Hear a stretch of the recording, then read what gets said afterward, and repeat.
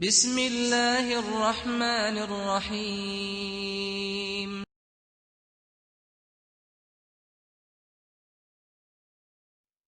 Materi kali ini ya dari Ibu Maya dengan judul pengembangan diri sebagai muslimah. Kita masuk ke materi inti. Sebelumnya saya memperkenalkan Ibu dulu ya ke mbak-mbak di sini yang mungkin belum kenal Ibu. Nama Ibu Maya Mirza NH. NH-nya apa nih, Bu? Nah, itu nama Bapak sih, Mirza Nur Hidayat. Oh, Mirza Nur Hidayat. Nama aslinya Masita Rohmaya. Marsita Maya. Nama suaminya Mirza Nur Hidayat ya. Jabatan Bapak sekarang sebagai Konsul Jenderal di Osaka, Konsul Jenderal Republik Indonesia di Osaka. Ibu punya 2 putra dan putri. Yang pertama namanya Mbak Putri Maizara, umur 24 tahun, dan Mas Alfian. Mas Alfian hari ini terbang ke Jepang ya, Bu? Sudah sampai hari ini. Alhamdulillah. Sudah sampai ya? Iya.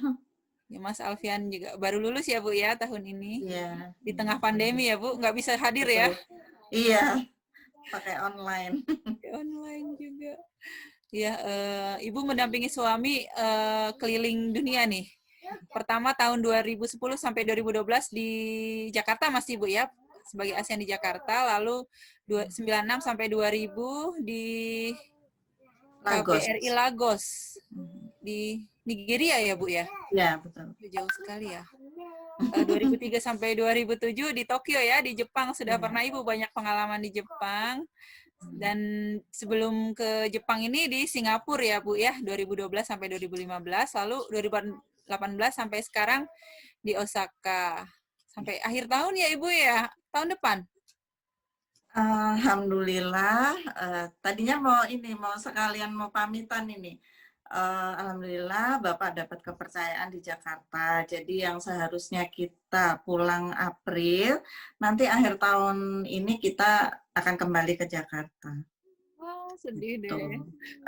Senang sih, ikut senang ya. Alhamdulillah Bapak di ini ya dapat jabatan baru ya, dipercaya megang di Jakarta lagi ya.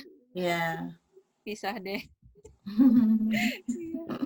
Semoga lancar, Bu, urusannya. Amin, amin. Terima kasih. Pengalaman kerja Ibu itu tahun 93 dan 96 sebagai account eksekutif bagian iklan harian di Kompas. Di Kompas ya, Bu ya? Iya, betul. Adek, sebentar. Moto hidup Bu Maya, Allah menciptakan umatnya dengan kelebihan dan kekurangan. Jadi setiap orang pasti berbeda. Karenanya saya yakin tidak ada yang tidak bisa. Yang diperlukan adalah kemauan. Insya Allah. Bagus banget ya. Ya Bu ya. Orang itu beda-beda, nggak bisa maksain ya. Iya, betul. Harus seperti A, seperti B. Paling kalau ada yang positif kita tiru, yang negatif kita tinggalkan. Masya Allah. Profil dari Ibu Maya sudah saya bacakan ya. Kita masuk ke acara inti ya, kepada Bu Maya, dipersilahkan. Terima kasih Mbak Minu. Bismillahirrahmanirrahim. Ibu-ibu peserta pengajian Hanifah yang saya hormati, dan juga ada beberapa ibu-ibu dari DWP KJRI Osaka yang saya banggakan. Assalamualaikum warahmatullahi wabarakatuh. Pertama-tama kita panjatkan puji syukur kepada Allah Subhanahu wa Ta'ala, karena rahmatnya maka hari ini kita bisa melakukan webinar. Juga terima kasih buat pengurus pengajian Hanifah sudah memberi kesempatan kepada saya untuk sharing. Sebenarnya ibu-ibu di sini pasti udah pada pinter-pinter, udah pada tahu apa yang akan saya bawakan. Saya hanya akan sharing sedikit pengetahuan dicampur dengan pengalaman yang pernah saya dapatkan. Hari ini kita akan berbicara mengenai pengembangan diri muslimah Indonesia, wanita muslim Indonesia. Tentunya sudah banyak ya kajian-kajian yang atau bahasan artikel tentang pengembangan diri, terutama wanita. Makanya saya akan hanya mengulas sedikit saja kemudian sharing tentang pengalaman. Dari tema itu ada 3 hal yang bisa kita lihat, yaitu mengenai pengembangan diri, pengembangan kepribadian, dan muslimah Indonesia. Pengembangan diri itu kalau dilihat dari ilmu tentang cara menggali potensi diri dan mengasahnya secara optimal sehingga kita menjadi pribadi yang utuh. Pribadi yang utuh itu yang gimana sih? Yaitu pribadi yang bisa kita tunjukkan dengan cara kita berbicara, berpakaian, atau berperilaku sesuai dengan norma-norma agama kita Islam dan adat ketimuran kita sebagai orang Indonesia. Untuk bisa mengembangkan kepribadian, kita harus tahu, kita harus mengenal diri kita. Tahu bagaimana pengembangan diri itu akan kita bawa kemana. Nah, ini yang disebut konsep diri. Akan jadi apa kita nantinya, tentunya tiap orang itu akan berbeda, tergantung dari karakter dan kepribadian masing-masing. Dalam Islam kita juga percaya bahwa Allah Subhanahu wa taala sudah mengatur hidup kita. Kita menyerahkan hidup kita kepada Allah sepenuhnya. Tapi kita juga percaya adanya qada dan qadar. Allah sudah menentukan hidup kita akan jadi apa itu pada saat Allah mengembuskan roh ke dalam jasad kita. Allah sudah tentukan kita itu nantinya akan jadi apa. Tetapi Allah juga menetapkan manusia itu berperan penting terhadap hidupnya. Manusialah yang akan mewujudkan kehendak Allah itu melalui ikhtiar dan doa. Nah, proses ini yang kita sebut pengembangan diri. Sebagai muslimah, kita juga percaya bahwa di kehidupan saat ini nanti akan ada kehidupan yang lain. Jadi apa yang kita lakukan di sini di dunia, itu kita mengumpulkan bekal untuk di akhirat nanti. Jadi kehidupan di dunia ini merupakan fase transisi, fase di mana kita berbuat sesuatu. Nah, berbuat sesuatu itu berusaha mengembangkan diri agar kita bermanfaat buat sesama. Ini juga proses bentuk ibadah kita menuju ke ilah. Yang di sini juga kita sebut proses pengembangan diri. Maka dari itu sebagai muslimah kita punya peran penting, yaitu sebagai muslimah sejati ada 3 peran kita sebagai individu pribadi, individu dalam keluarga, dan individu dalam masyarakat. Sebagai individu pribadi, seorang muslimah itu harus menjadikan dirinya insan yang dekat kepada penciptanya. Kita harus mempunyai hubungan positif dengan Allah, Sang Pencipta. Itu bisa kita tunjukkan dalam kegiatan kita sehari-hari, misalkan kita sholat wajib, puasa wajib, sholat sunnah, baca Al-Quran. Kegiatan seperti yang kita lakukan sekarang itu juga dalam usaha kita mendekatkan diri kepada Allah. Kemudian yang kedua, muslimah sebagai individu keluarga.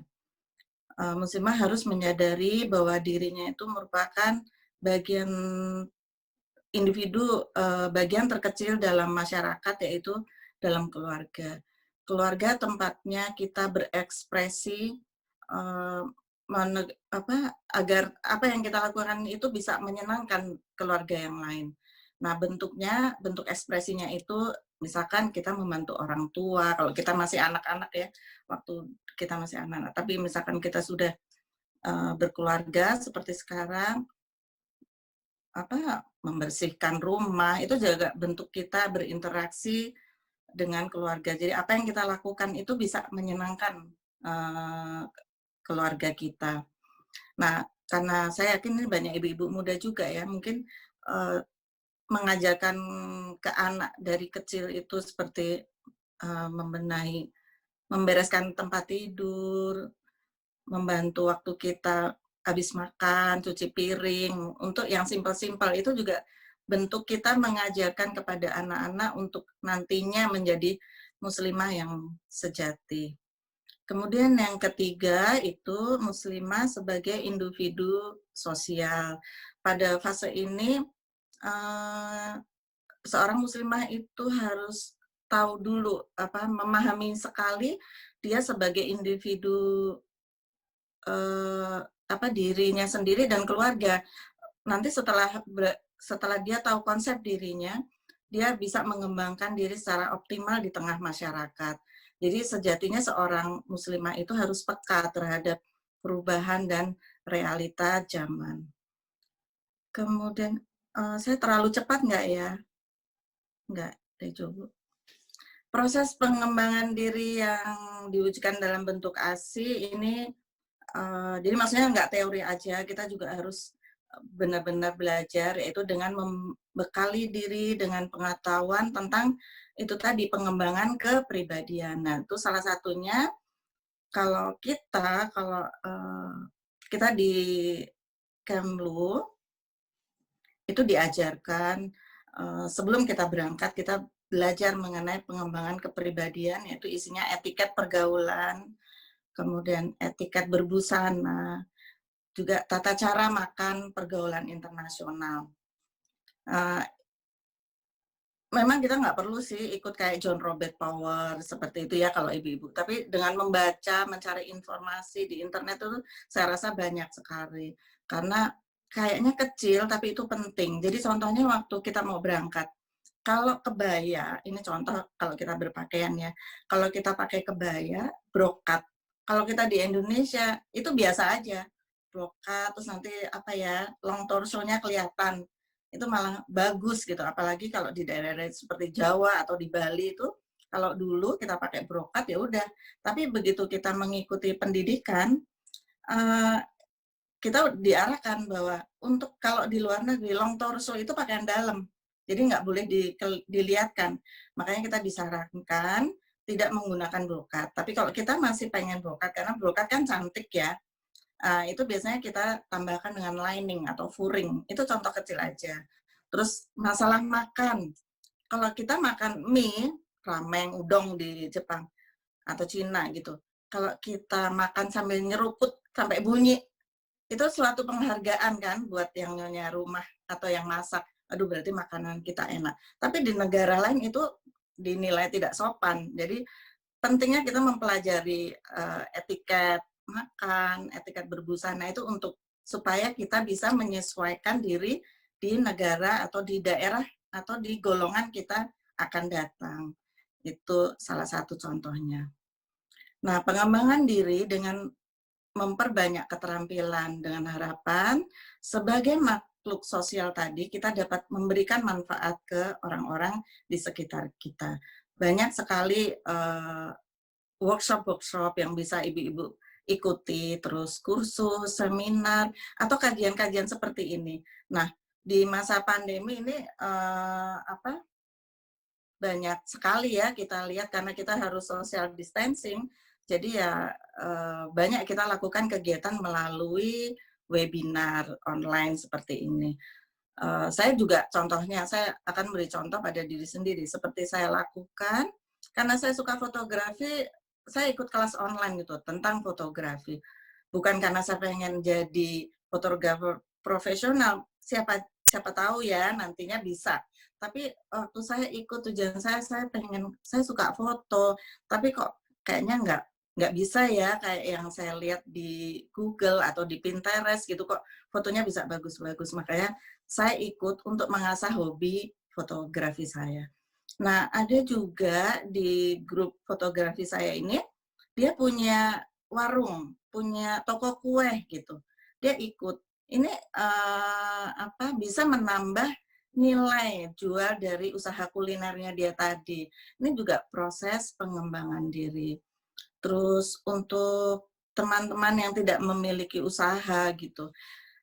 Jadi jangan berkecil hati kalau kita sebagai ibu rumah tangga. Hampir saja tadi saya bilang hanya sebagai ibu rumah tangga. Padahal ibu rumah tangga itu pekerjaan yang sangat berat dan saya yakin nggak ada laki-laki nggak bisa melakukannya karena kita itu kayaknya harus bisa semuanya, harus bisa ngajarin, harus bisa membereskan rumah, pekerjaan-pekerjaan yang mungkin laki-laki tidak bisa melakukan. Nah, jadi untuk teman-teman yang tidak memiliki usaha atau ini, kita tetap bisa mengikuti kursus-kursus keterampilan seperti memasak, menjahit gitu. Karena saya ingat waktu saya di Tokyo dulu, kita kan diminta untuk membawakan bento ya buat anak-anak. Nah, di sekolah itu bento itu juga dilombakan gitu. Nah, ini juga kalau kita cuman telur, nasi, kasih telur gitu aja kayaknya kok nggak seru. Sementara di Jepang itu kayak apa ya, kayak seni gitu. Nah, begitu dilombakan kan ada perasaan bangga kan juga, bangga, anak juga bangga karena ibunya bisa bikin makanan cantik seperti ini dan enak gitu. Itu juga menumbuhkan rasa percaya diri kita ke anak-anak, juga mungkin sesama ibu gitu ya, sesama wali murid, karena ada juga yang nanya gitu, "Kamu kemarin masak apa sih?" Gitu kan. Soalnya nih anakku bilang kok bikinannya Mae, yang dibawa Mae kok enak banget gitu, bikin kayak gitu dong Mah gitu. Nah itu juga bisa, waduh berarti hasil karya kita tuh oke juga ya gitu. Itu salah satu bentuk proses pengembangan diri. Saya lihat juga banyak sekali kelas-kelas tahsin online gitu kan. Kebetulan kita juga melakukan juga nih sesama ibu-ibu di KJRI. Nah, ini juga salah satu bentuk dalam rangka melengkapi nilai diri kita di mata Allah Subhanahu wa taala. Jadi ibu-ibu sekalian, kalau boleh saya mengulang kembali, mengetahui dan menyadari konsep diri sebagai seorang muslimah itu penting untuk kemudian kita bisa mengembangkan potensi diri kita. Nah, nilai pertama dan kedua yaitu sebagai individu, makhluk individu dan keluarga itu harus benar-benar dipahami, baru kita bisa masuk ke nilai ketiga. Memang tidak mudah proses yang dijalani, tapi itu membutuhkan kesabaran, ikhtiar, dan doa untuk bisa melanjutkannya. Karena di tengah proses itu pasti banyak sekali kendala, hambatan yang kita hadapi, baik itu dari dalam maupun dari luar pribadi kita. Saya rasa itu Mbak Minu dari saya, mungkin sedikit tapi semoga bisa memberikan manfaat buat ibu-ibu semua. Saya kembalikan ke Mbak Minu. Wabillahi taufiq wal hidayah. Wassalamualaikum warahmatullahi wabarakatuh. Terima kasih banyak sharing materinya, Bu Maya. Alhamdulillah ya, inspiratif sekali ya. Jadi sebelum pergi ke suatu negara itu ada training ya Bu ya? Betul, betul. Oh, kalau dulu itu setiap kali mau berangkat ada 3 bulan. Oh, sampai 3 bulan? Ya, 3 bulan. Karena yang 1 bulan itu bahasa. Bahasanya yang wajib sih bahasa Inggris ya, tapi dia ada kelas-kelas khusus gitu.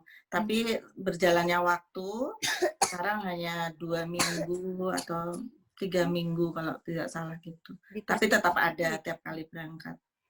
Dipercepat banget ya Bu ya, dari 3 bulan ke 3 minggu ya? Iya. Waktunya banyak ya? Iya. Baru tahu ya. Nanti bisa sharing juga Bu, di negara mana yang kira-kira maksudnya yang sangat mencolok gitu ya, kayak tadi makan nyeruput gitu kan beda banget ya, mungkin buat orang Jawa itu juga nggak sopan juga mungkin ya, atau dari mangkok kita makan ke adik-adik ini Aidanya. Iya, terima kasih banyak. Iya, makanya mungkin hari ini mungkin juga bisa sharing pengalaman ibu-ibu di sini. Saya mungkin juga nggak tahu ya gitu. Iya ya. Ya, terima kasih nih. Nanti kita lanjutkan nih dengan sesi pertanyaan ya. Mbak-mbak, ibu-ibu, ada yang mau bertanya, saya persilahkan. Mohon maaf ya, di sini banyak gangguan. Sekarang menangis ibunya. Ya, saya langsung aja. Ada yang ingin bertanya? Adik, kenapa saya? Kalau nggak bertanya, mungkin ada yang ingin sharing juga nggak apa-apa, Mbak. Sharing ya. Semacam shock culture atau bagaimana sih?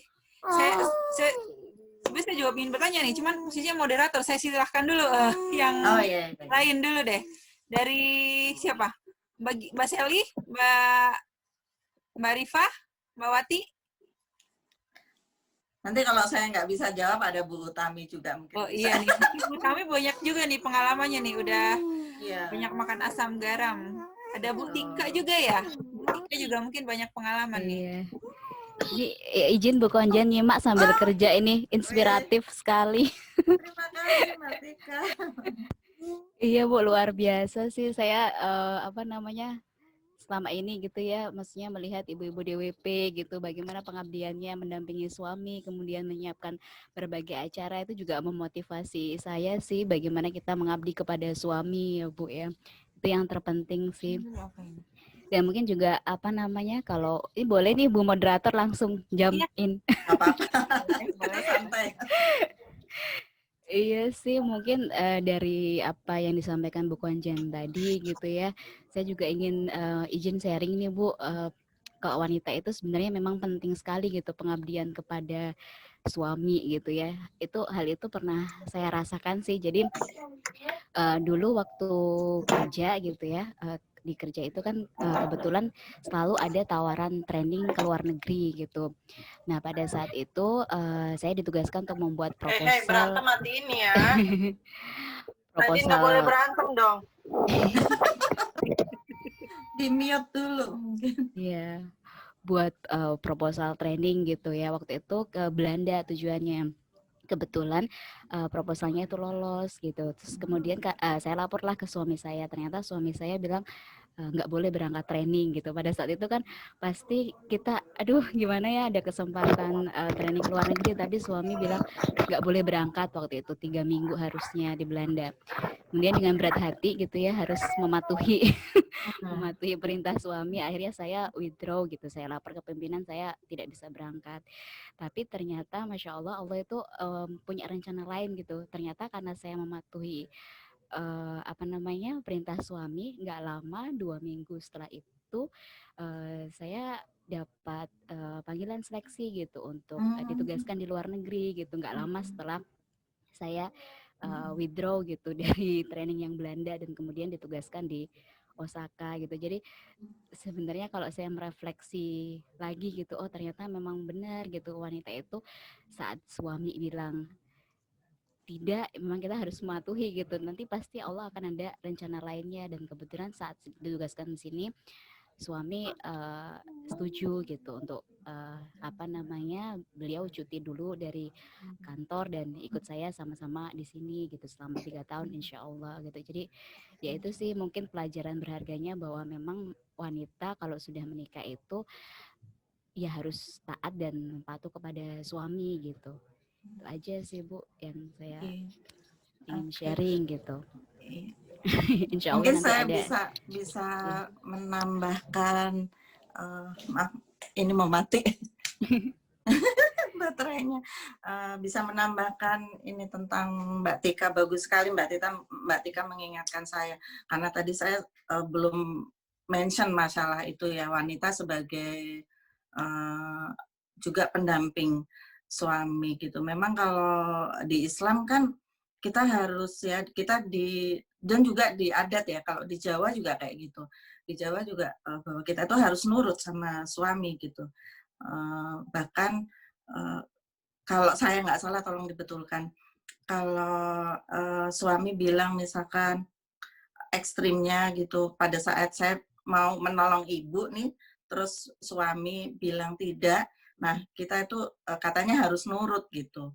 Mudah-mudahan itu yang saya ingat kayak gitu. Tapi alhamdulillah sih kebetulan ya, kita tahu kalau ibu itu juga apa ya, jalan kita menuju surga. Jadi alhamdulillah sih saya yakin suami-suami kita nggak seperti itu.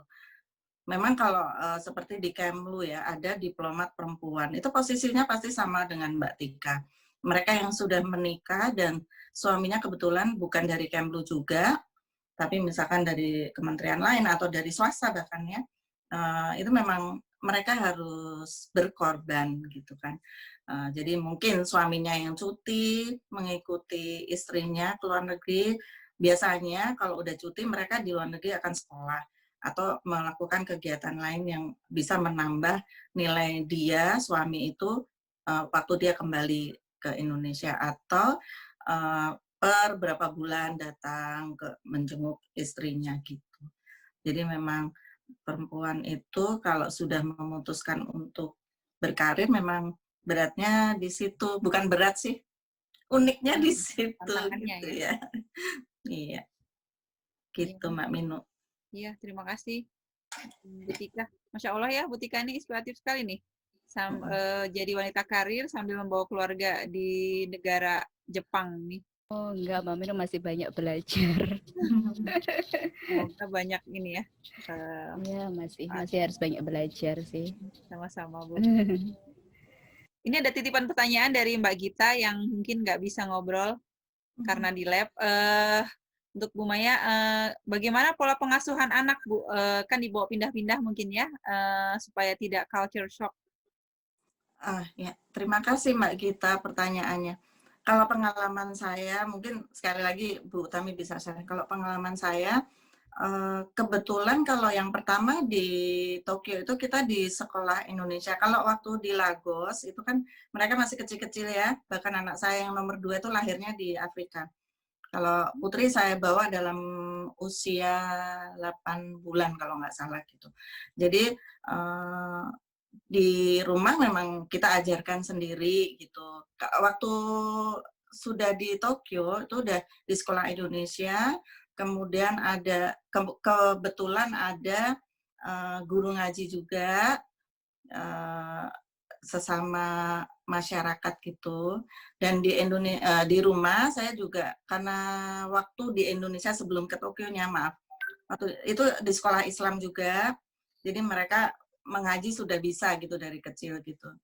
Karena saya waktu itu sama bapak juga punya apa ya, kita ilmu agamanya kurang gitu, jadi kita anak-anak harus sekolah Islam deh gitu selama di Indonesia gitu.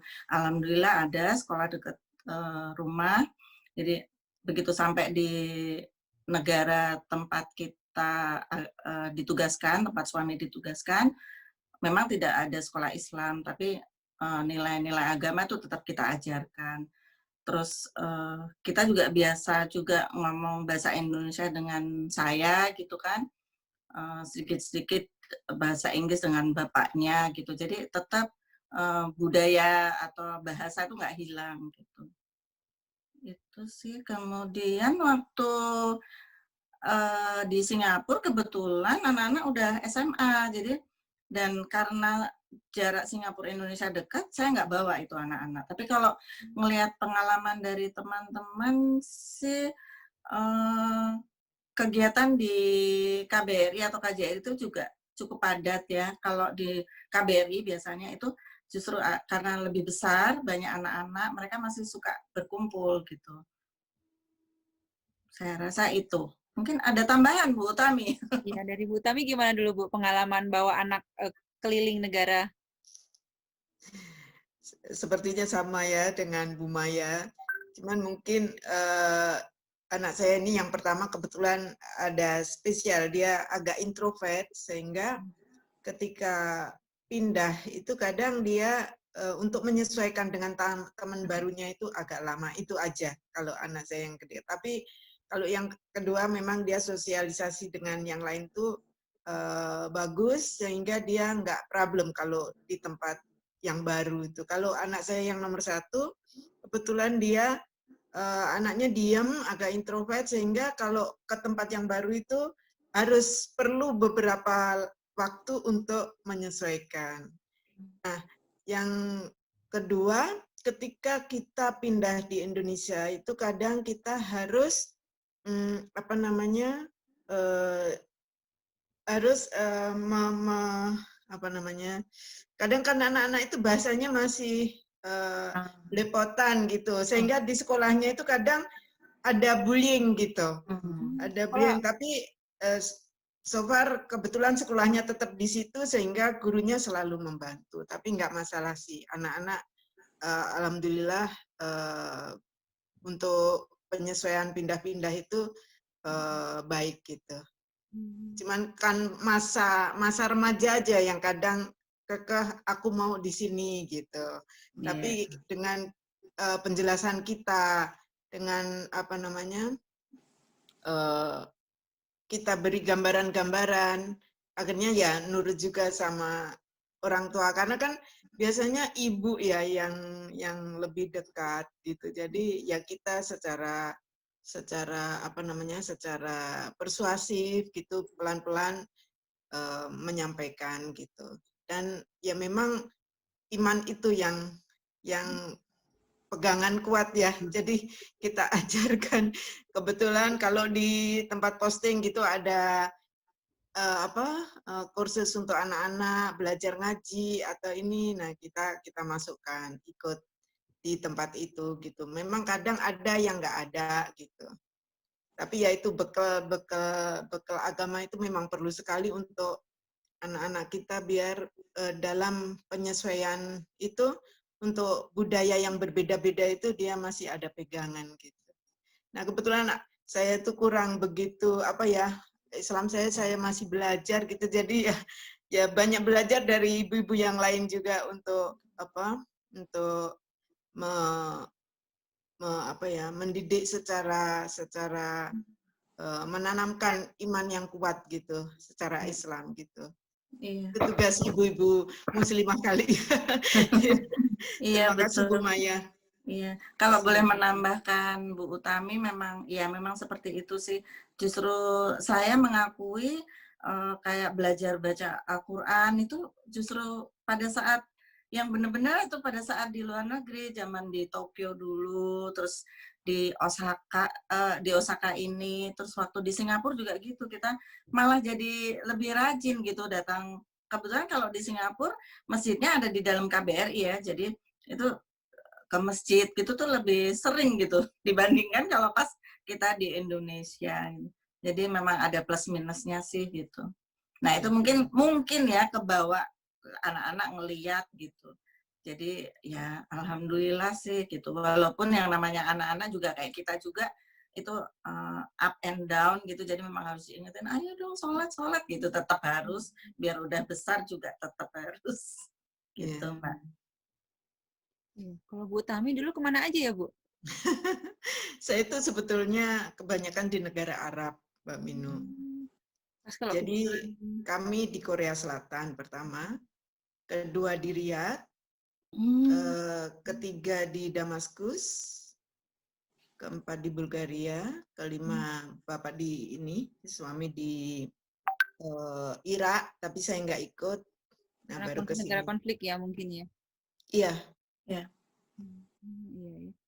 Ya, jadi mohon maaf itu pengalaman saya waktu di Riyadh. Jadi anak saya itu disitulah dia mengetahui bahwa bahasa Arab itu masing-masing negara Arab itu beda gitu. Jadi ketika anak-anak yang paling paham di Riyadh itu bahasa Arabnya gini, di Damaskus bahasanya gini. Tapi dari semua itu yang budaya Islamnya kental sekali dengan Indonesia justru di Syria. Oh. Ya, bukan di Saudinya. Di Syria itu mirip dengan budaya kita. Islamnya. Boleh nanti ada sesi khusus nih dari Bu Tami nanti ya. Enggak sih. Ini ibu-ibu anak-anak dulu sekolahnya di sekolah lokal atau SRIT, masuk SRIT? Waktu saya di Tokyo di SRIT. Di SRIT. Waktu ya. Di Afrika dan lain belum sekolah ya Bu ya? Ada Putri waktu itu di kayak taman kanak-kanak gitu ya, ada sekolah berbahasa Inggris, sekolah Pakistan tapi. Orang Muslim berarti ya, punya Pakistan berarti. Iya. Bu Tami dulu gimana, di tempat lokal atau?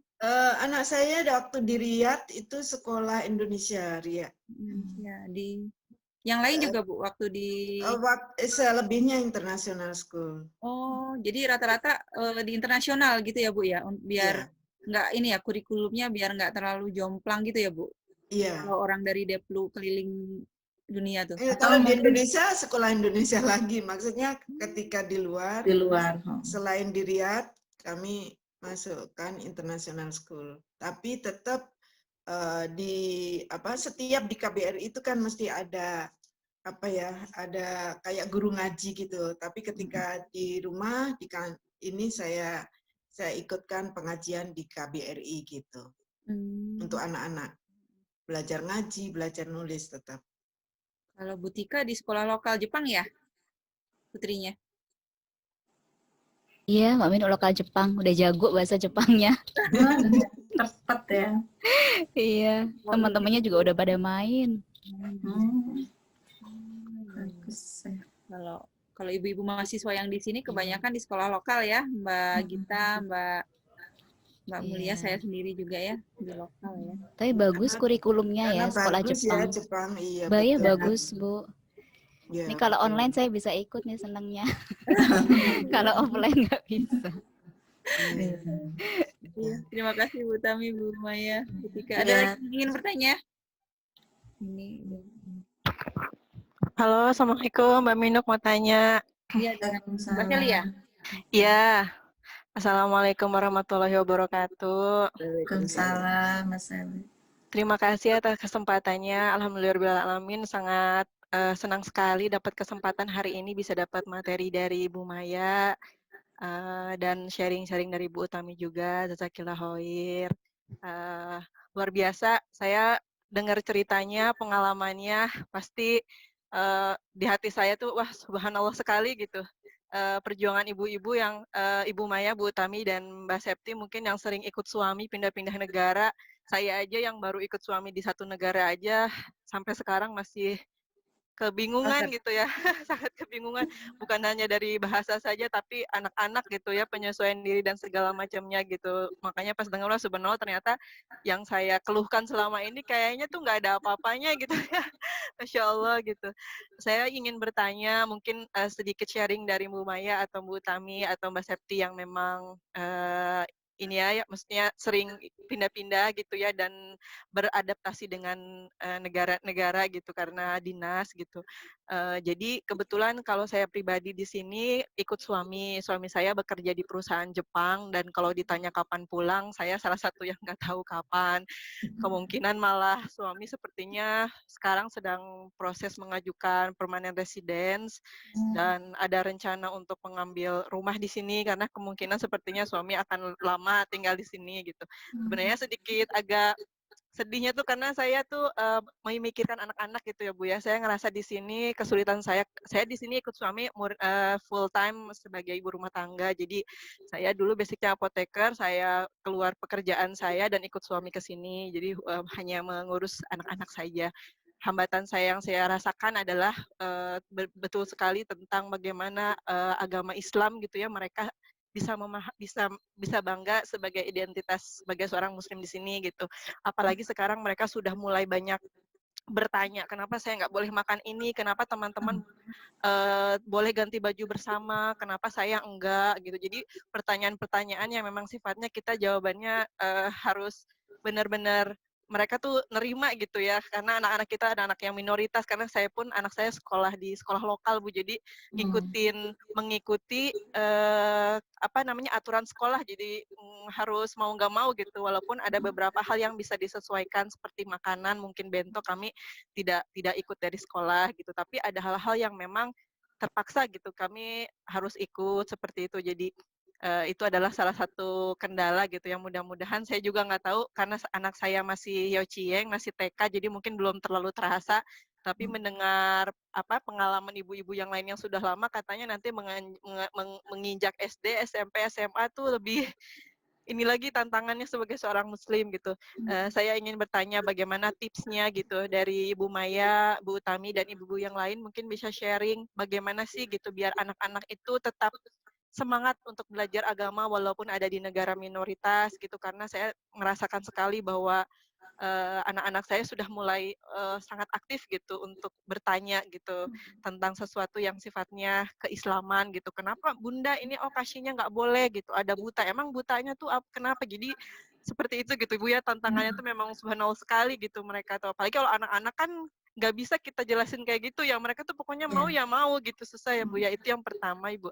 Yang kedua begini, Bu, karena kebetulan saya juga ibu rumah tangga gitu. Benar kata Bu Maya tadi bahwa kita sebagai seorang muslimah di sini harus melakukan pengembangan diri. Dengan kalau Bu Maya mungkin subhanallah saya lihat Facebooknya foto-fotonya gitu ya ikut kelas-kelas. Kadang-kadang saya juga ngelihat statusnya ibu-ibu yang di Konjen itu sering ada kelas baking gitu ya, ikut bikin roti dan segala macam gitu. Saya ingin bertanya Bu, kadang-kadang bagi kami gitu ya yang ibu rumah tangga itu sangat ingin sekali gitu mengikuti kegiatan-kegiatan pembinaan yang sifatnya mungkin seperti itu, misalnya kelas memasak atau misalnya ada kelas-kelas khusus yang bisa meningkatkan skill kami gitu Bu ya di sini, karena kan kami tuh nggak bisa bekerja sesuai dengan bidang kami di sini gitu ya, di sini tuh jadi murninya hanya jadi ibu rumah tangga aja, paling mungkin Mbak Minuk yang sambil usaha gitu. Jadi kami yang bisa kami lakukan paling yaitu meningkatkan skill kita dengan ikutan kelas-kelas online. Nah, apakah siapa tahu karena di sini ada banyak yang hadir juga mungkin ibu-ibu di sini, apakah ada memang dari kayak pihak dari Dharma Wanita atau KJRI misalnya mengadakan pembinaan khusus untuk ibu-ibu yang ada di Jepang misalnya, yang nanti ilmunya bisa digunakan untuk kami di sini gitu, kayak misalnya mau usaha di sini seperti apa, atau misalnya bikin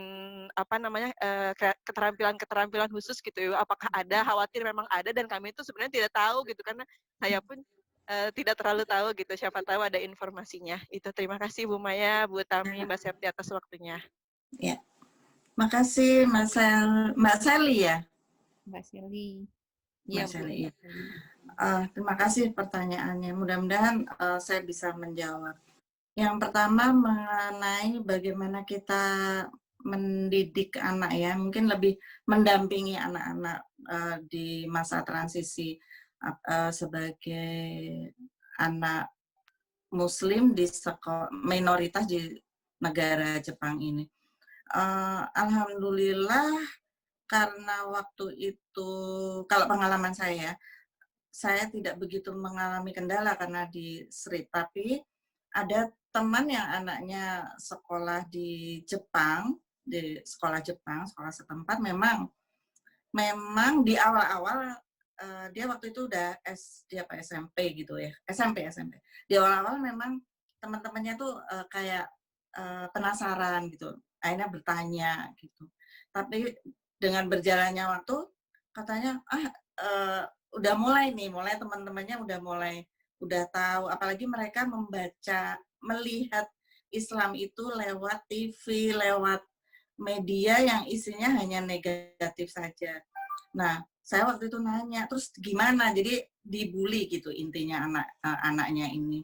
Dan terus saya tanya bagaimana dia?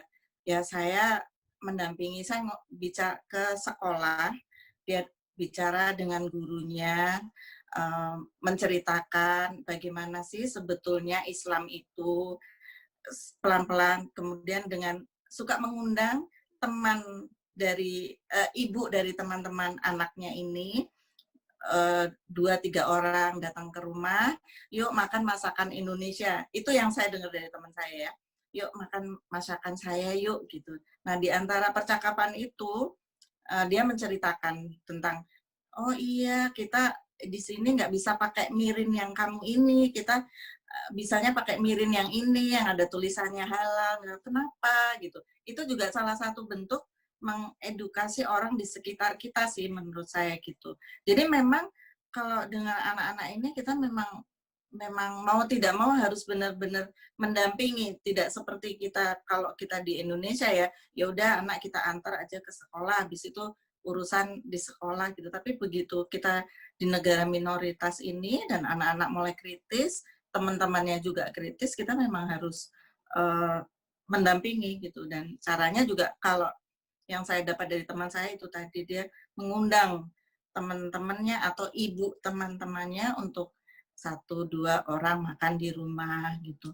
Walaupun ternyata mengundang ke rumah itu bukan kebiasaan orang Jepang. Dan teman saya ini juga mahasiswa, yang waktu di Tokyo ini mahasiswa. Jadi saya bilang, ya udah rumah saya kecil nggak apa-apa deh, saya ajak mereka ke rumah, dia bilang gitu. Terus waktu itu saya malah menawarkan, oh kalau misalkan ke rumah saya juga nggak apa-apa gitu. Alhamdulillah kan kita di Tokyo juga rumahnya lumayan lah gitu ya. Kita waktu itu sewa di dekat KBRI, di dekat Sekolah Indonesia, dan daerahnya agak lumayan juga gitu. Waktu itu saya menawarkan dia untuk mengundang teman sekolahnya itu, teman sekolah anaknya ke rumah. Itu kalau yang saya lihat tips, salah satu tipsnya itu dengan ya memang kita harus menjelaskan ke mereka sedikit-sedikit kenapa kita tidak bisa makan babi, kenapa kita tidak bisa memelihara anjing gitu. Walaupun yang saya dengar sebenarnya anjing itu boleh kita pelihara asal tidak masuk ke dalam rumah, tapi sebagai penjaga itu boleh. Itu saya juga jelaskan juga sih ke teman-teman waktu itu. Nah, yang kedua, tip mengenai keterampilan ya. Memang selama saya di sini yang khusus keterampilan perempuan itu memang belum ada. Maksudnya dari KJRI tidak ada.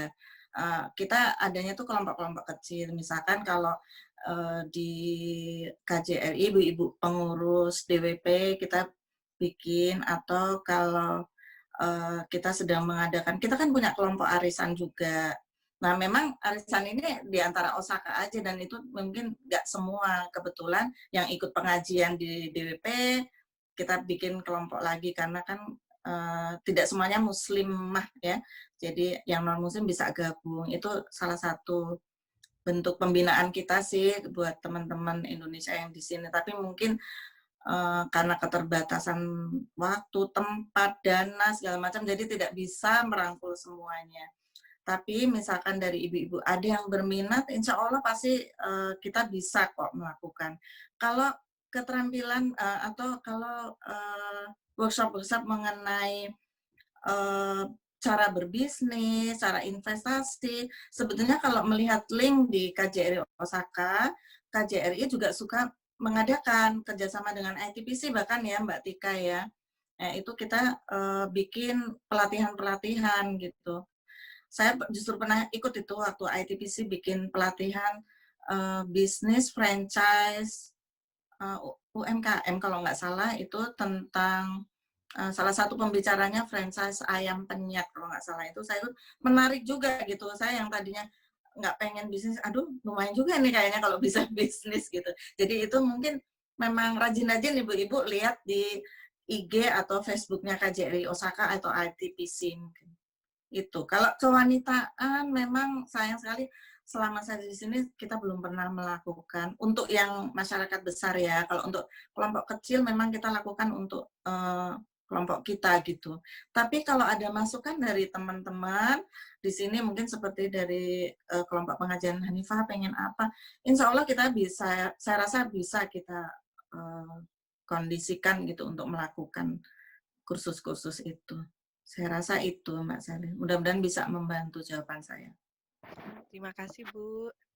Terima kasih Bu Maya. Wah, menarik juga ya Bu. Kayaknya usulan dari Mbak Sally itu untuk kita bagus. mengadakan kegiatan yang berbau kewanitaan ya dalam skala yang lebih besar mungkin ya. Seperti mungkin kalau KMII itu ngadain tablik akbar gitu kali ya, umum datang ya. Tapi mungkin bisa dibatasi ini ya pendaftaran gitu ya. Ya, kalau bentuknya keterampilan, kalau tablik akbar mungkin agak kebesaran ya. Kebesaran Ya, bener. jadi saya Dulu rasa mungkin ya. kayak ini, misalkan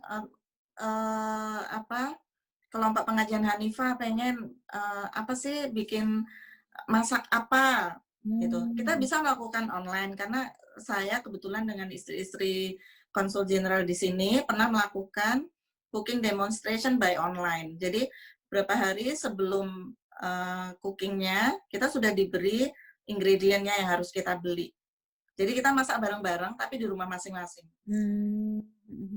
Iya ya, seru juga. Bisa juga tuh Bu, boleh. Atau kerajinan mungkin ya Bu ya, menyulam atau apa gitu ya. Mungkin itu bisa online ya, atau dulu banget itu waktu saya baru-baru nyampe Jepang itu dari KMII Kansai itu banyak kegiatan juga yang ibu-ibu, lingkupnya kan wanita doang. Ini nggak besar-besar sih, tapi lumayan ya Bu, sampai mungkin 50-an orang di hall yang agak besar gitu, bikin kerajinan dari kain flanel gitu, Bu. Oh, Macam bagus. itu. Pernah juga dulu gitu. Mungkin bisa kali ya ditarget untuk 50 orang mungkin ya kita adakan gitu umum Osaka, Nara, Kyoto gitu. Mungkin bisa juga itu, Bu. Mungkin Usulan dari kita saya. kita nyobanya skala kecil dulu, Mbak. Kecil dulu 50 ya, orang. benar-benar. Osaka dulu lah paling enggak mungkin ya. Iya, iya. Osaka. Kita batasin aja sih, Bu. Misalnya hanya maksimal untuk 50 orang misalnya gitu ya, maksimal Iya. gitu. Nanti dilihat dulu sukses atau enggaknya nanti bisa dibicarakan lagi. Mungkin bisa Betul. tutornya juga mungkin bisa beberapa orang atau mungkin gini dari Ibu DWP udah latihan dulu nih misalnya bikin Ya, bisa apa ya? juga. Kalau nggak salah bulan depan tuh ada anyaman atau apa gitu ya misalnya ya. Betul, Nah, betul. jadi semuanya udah latihan dulu. Jadi nanti kalau mengadakan skala besar yang nanti ngajarin itu kan bisa lebih dari 1 orang ya, Ya, 5 orang atau 10 orang udah pernah training, nanti ya. terjun ke masyarakat langsung, kita bikin event gitu yang Mm-mm. cakupannya ya semi aja ya, semi ya mungkin ruangan meeting room yang agak gede gitu ya, mungkin Mm-mm. bisa Ya, sampai 50 orang. Jadi kita bikin kelompok kecil-kecil lagi, mungkin satu grup kecilnya 5 orang gitu ya. Dulu ya. banget saya juga pernah tuh Bu ngadain cooking class. Wah, gaya banget. Iya, Udah bagus. iya, saya pinjam dapur gitu kan. Kalau dapur umum itu kan udah lengkap ya, ada Ya. oven segala macem. Itu bisa juga Bu disewa, banyak ya tempat di Osaka nih kita sewa. Di tempat yang waktu acara yang pelatihan jenazah itu Bu, itu juga ada Dapurnya ya. kitchen-nya. Nah, itu ada 5 set kalau nggak salah Bu. Nah, itu bisa satu setnya katakan 5 orang, berarti 25 orang ya terjun di situ eh, bikin masakan yang simpel gitu ya. Iya. Mungkin masakan Indonesia kek atau masakan negara mana gitu ya. Itu Oh, mungkin bisa juga Bu, masukan aja dari saya. iya. Bisa. Bisa.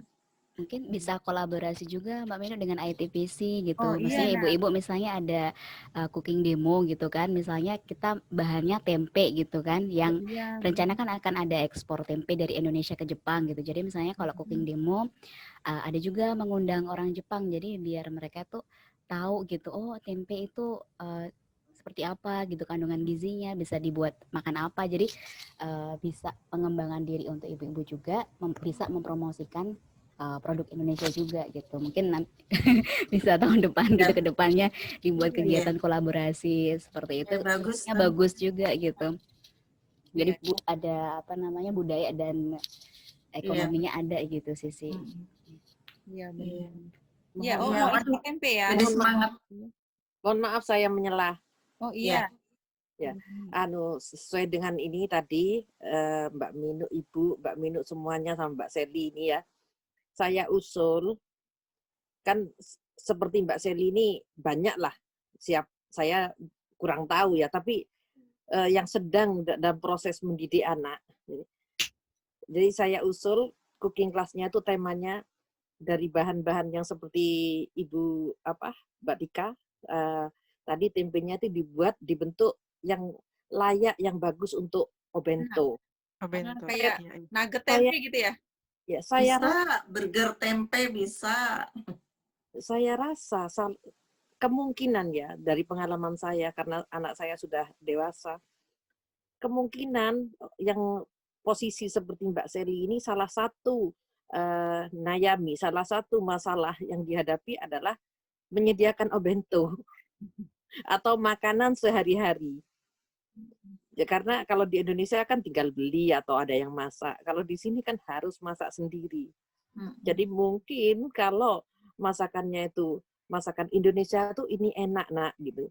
Insya Allah anaknya kan tetap bangga, bisa bangga sebagai orang Indonesia. Dia tidak minder pada orang Jepang. Salah satu masalah itu makan itu kalau nggak enak kan anaknya, enakan makanan Jepang. Babi enak. Ya itu kan nggak bisa kita secara teori, gini gitu kan sulit. Tapi kalau anaknya sudah mengakui, ini enak gitu kan, insya Allah anaknya kan nggak akan penasaran pada makanan orang Jepang. Bisa saja tempenya dibuat tempe katsu atau Burger tempe tadi Bu Maya ya. burger tempe ya. Bisa aja seperti itu. Jadi kalau di Indonesia itu tempe sebagai bahan pokok, makanan pokok ya, lauk pokok, main dish ya. Bisa saja kalau di Jepang dibuat selingan atau apa namanya, kimpira, Mbak Minu, kimpira itu orek tempe itu. Tapi jangan orek pedas. Tempe. Kan di Jepang tuh ada masakan namanya kimpira. Nah, itu favorit. Jadi kalau tempenya dibuat kimpira dengan nama Jepang kimpira tempe. Nah, sedangkan kalau di Jepang kan kimpira gobo, gomoku kimpira itu. Kan orek tempe jadi kimpira tempe itu sebenarnya nggak ada masalah kan? Cuma manipulasi nama saja. Saya rasa itu akan membesarkan hati anak gitu. Betul. Betul Bu Nani, maksudnya tempe ini walaupun makanan khas Indonesia, tapi kita bikin gayanya tuh jadi gaya Jepang ya, Japanese style Jepang. mungkin gitu ya Mbak ya. Gayanya aja, tapi rasanya tetap Indonesia. Oh, rasanya tuh Indonesia, iya. Nama atau Sate juga kan yakitori sebenarnya ya. Iya, Sate tempe kan enak ya Mbak. Ya, sate ayam juga kan Belum yakitori pernah nyobain. sebenarnya ya. Sate ayam itu kan bisa diganti namanya yakitori juga ya. iya, betul. Iya, betul namanya yakitori ya. untuk menyesuaikan dengan anak-anak kan ada soboro bento, tahu Mbak? Oh iya, Nggak tahu. Soboro bento itu di atas nasi putih itu cuma ditaburi daging cincang. Ya, daging cincang ya. Yang manis. Nah, itu bisa tempenya dicincang gitu loh. Kan anak-anak itu malas ngunyah dan dia itu tampilannya kalau sesuatu yang baru tuh Malas ada nyoba ya. ada dua kemungkinan, malas nyoba atau mau nyoba gitu loh. Untuk menghindari itu ya dianu aja gitu loh, diakali ya. Diakali insya Allah akan lebih ya supaya Mbak Seli tetap tersenyum ya. Semangat Mas Eli. Semangat Mbak Seli. Iya silakan Mbak. Terima kasih. Iya, terima kasih sarannya, masukannya Bu Nani. Sudah jam 2 lebih ya Bu Maya? Iya. Mungkin sebelum Mbak Minu menutup, saya ingin menambahkan sedikit. Mungkin bulan Desember itu udah di depan mata. Jadi dengan ibu-ibu pengajian Hanifah, saya mohon pamit, mohon doanya semoga persiapan sampai di bulan Desember lancar. Mohon maaf kalau selama kita bergaul di sini ada kata-kata atau perbuatan yang kurang berkenan gitu. Karena Bapak akan kembali, jadi masa dinasnya selesai di 31 Desember. Jadi Bapak akan kembali mungkin di sekitar tanggal itu, tanggalnya kita belum tahu. Gitu saja. Mohon maaf lahir batin ya ibu-ibu semuanya. Kok sedih ya hawanya ini. Ibu, iya. Bu Tami masih lama ya? Bu Tami masih. Bu Tami masih lama. Ada Bu Tami nih. Makasih Mbak Wati. Sama-sama Ibu, saya juga atas nama pengajian Hanifah mungkin mohon maaf lahir batin, banyak kekurangan, mungkin banyak terlalu ceplos atau apa gitu mungkin ya. Mohon maaf lahir batin. Rasanya udah deket jadi suka lupa gitu. Iya, ini salah satu lagi saya selalu belajar dari apa yang saya alami gitu, bahwa tidak ada yang kebetulan. Kan jarang sekali ketemu sama teman-teman di pengajian Hanifah ya. Kebetulan kok Mbak Minu berapa waktu lalu menghubungi, Bu bisa nggak mengisi acara di sini? Terus oh ya udah boleh saya gitu. Nggak lama dengar kabar mengenai kepulangan Bapak, jadi sekalian ada forum untuk pamitan. Ya ini padahal baru mau ngenalin Ibu ke pengajian Hanifah. Pamit saya juga kaget ya dengar dari suami. Saya pikir masih sampai Maret atau April ya kalau nggak salah. April seharusnya ya. Ya semoga insya Allah ya qadarullah ini udah takdir Pak Mirza mungkin ya untuk lebih cepat pulang ke Indonesia. Semoga lebih baik. Doakan kami Bu istiqomah yang di Osaka Bu. Selalu. Semangat. Ya, untuk hari ini ya saya cukupkan sampai di sini karena kita punya keterbatasan waktu juga. Tadi Mbak Dian dan Mbak Gita sudah pamit duluan Bu. Terima kasih katanya materinya, Mbak Gita juga ada meeting katanya 2:30, jadi siap-siap. Sebelum kita akhiri, oh ya ada ini juga nih, ada Mbak Eka ini sekarang di Osaka nih, tapi akhir bulan ini akan pindah masih di Jepang sih, akan pindah ke Nagano. Nagano ya Mbak Eka ya. Oh, Mau Kanto. ini ada ucapan perpisahan virtual nggak ya Mbak Eka? Bulan apa Mbak Eka? Akhir bulan ini tanggal 30 ya. Satu ya. Belum. Mbak Eka silahkan nanti ada sepatah kata. Assalamualaikum warahmatullahi wabarakatuh. Waalaikumsalam warahmatullahi wabarakatuh. Sebelumnya saya berterima kasih sekali untuk materi hari ini. Sangat bermanfaat sekali buat saya khususnya. Insya Allah akhir bulan ini saya akan pindah ke Nagano, ikut suami yang alhamdulillah dapat kesempatan postdoc di sana. Ya.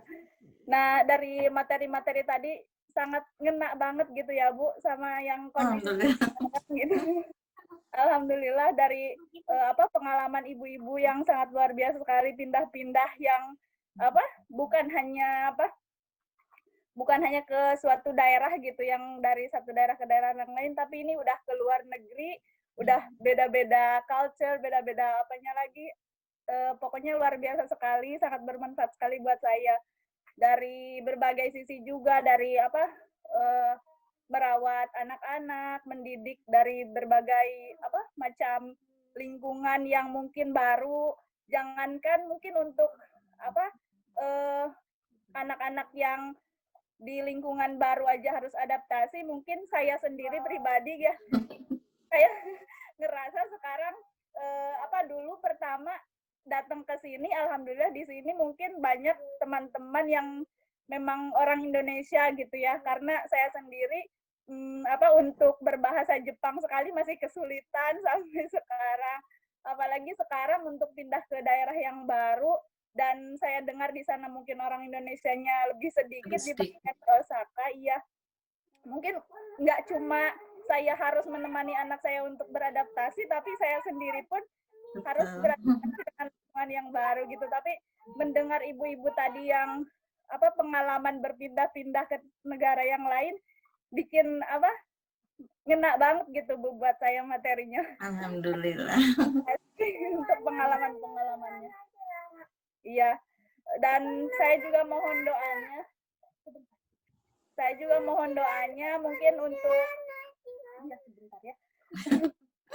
Doanya mudah-mudahan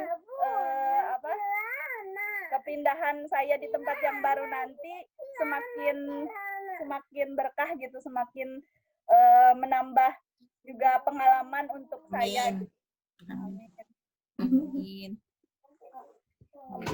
Saya dulu juga keliling Indonesia, itu rasanya adaptasi di tempat baru tuh susah-susah gampang ya. Meninggalkan tempat lama tuh sedih banget rasanya ya, yang kita udah berusaha untuk membangun teman, membangun keluarga baru, terus harus pindah, itu sedih banget ya. Iya. Baik, semoga lancar ya ini urusan packing barang dan lain-lain. Amin ya Rabbal Alamin. Makasih mohon doanya dari semua. Mudah-mudahan sukses ya mereka. Amin, makasih. Berkah di tempat yang baru. Mudah-mudahan nanti ke depannya ada kesempatan untuk mendapatkan materi lagi dari Ibu. Siap, terima kasih. Kalau masih online, Ibu ke Indonesia bisa kita guide lagi.